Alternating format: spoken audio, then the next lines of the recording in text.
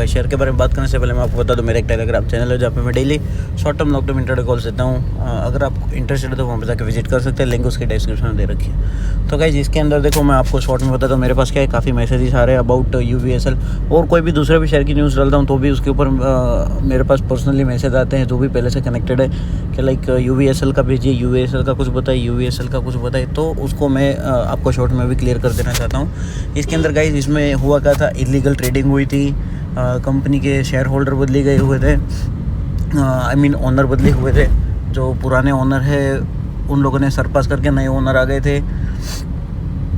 फिर बाद में XYZ ऐसी काफ़ी सारी सर्कमस्टेंसेस ऐसे हुए थे इसके अंदर कि सब नेम चेंज हो गया था। इन शॉर्ट टोटली कंपनी ही बदल गई थी, जैसे कि एक सेटअप हटा के दूसरे ने उसको टेक ओवर कर लिया, उस तरीके से हुआ था। तो शॉर्ट में आपको बताऊं, अगर मोटा मोटा अगर आप जानना चाहें तो ऐसा हुआ था कि भाई आपका बिजनेस है, आपसे नहीं चल पा रहा है, आप उसके अंदर कर्ज में डूब गए हैं, तो आपने एक थर्ड पार्टी को हायर किया, उसको आपने एक अमाउंट दिया, वो अमाउंट थर्ड पार्टी ने पे किया, फिर आपकी फर्म का नेम चेंज कर दिया, ओनर बदले हो गया और आप उस गेम से निकल गए। अब आपका जो भी था वो सब आपका वैनिश हो चुका है। अब यहाँ पे कहीं पे ऐसा इम्पोर्टेंट पॉइंट्स नहीं है कि कोई कंपनी यहाँ से डिलिस्ट होगी तो उसके शेयर होल्डर्स को उसके पैसे रिटर्न मिलेंगे या XYZ, ऐसा कोई यहाँ पे नियम कानून बना नहीं था। सो उस बेस के ऊपर हम ऐसा नहीं कह सकते कि इसके अंदर हमको पैसा मिलेगा नहीं मिलेगा, क्या होगा क्या नहीं होगा। बट ऑन अदर हैंड इसके अंदर क्या हो सकता है कि जैसे कि मैंने आपको बोला कि कंपनी थी, ओनर बदला, नेम बदला, सब बदला, लेकिन बिजनेस चेंज नहीं हुआ, कस्टमर्स चेंज नहीं हुए और बहुत सारे पॉइंट्स हैं जो चेंज नहीं हुए, जिसके कारण मेरा कहने का मतलब ये है कि पुराने मोटिव के ऊपर ही कंपनी चल रही है और पुराने स्टेक होल्डर्स के साथ ही चल रही है। बट इसके अंदर मैंने एक जगह पे पढ़ा था, वहाँ पे ऐसा लिखा होता है कि 7 ईयर्स में कंपनी डिलिस्ट होती है, रिलिस्ट होती है।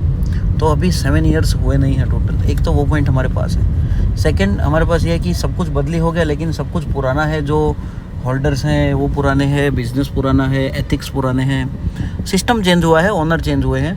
तो उसके बेस पे मैं आपको 100% अश्योरिटी के साथ नहीं कह सकता, बट एक पॉइंट उसके ऊपर हमको ये देखा जा सकता है कि हमको हमारा पैसा रिटर्न मिल सकता है on the time of रिलिस्ट।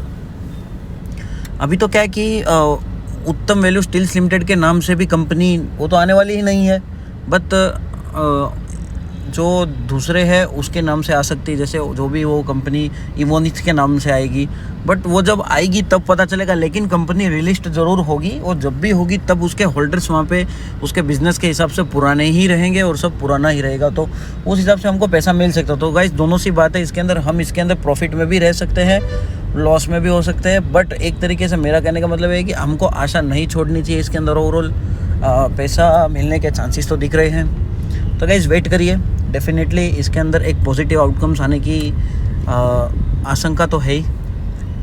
Goodwill रहेगा अगर अपना आ गए तो, अदरवाइज़ हम 100% श्योर नहीं है, नहीं भी आ सकते हैं। तो गाइस अभी के लिए सिर्फ इतना ही। और कोई अगर आपको न्यूज़ मिली हो या कुछ और रेफरेंस आपको शो करना जिसके बेस पे मैं आपको कुछ बता पाऊँ, तो आप कमेंट सेक्शन में कर सकते हो कमेंट, या तो फिर बता सकते हैं, तो उसके ऊपर से हम आपको कुछ सर्वे करके आपको बताएंगे। तो गाइस अभी के लिए सिर्फ इतना ही। चैनल पर बने रहिएगा।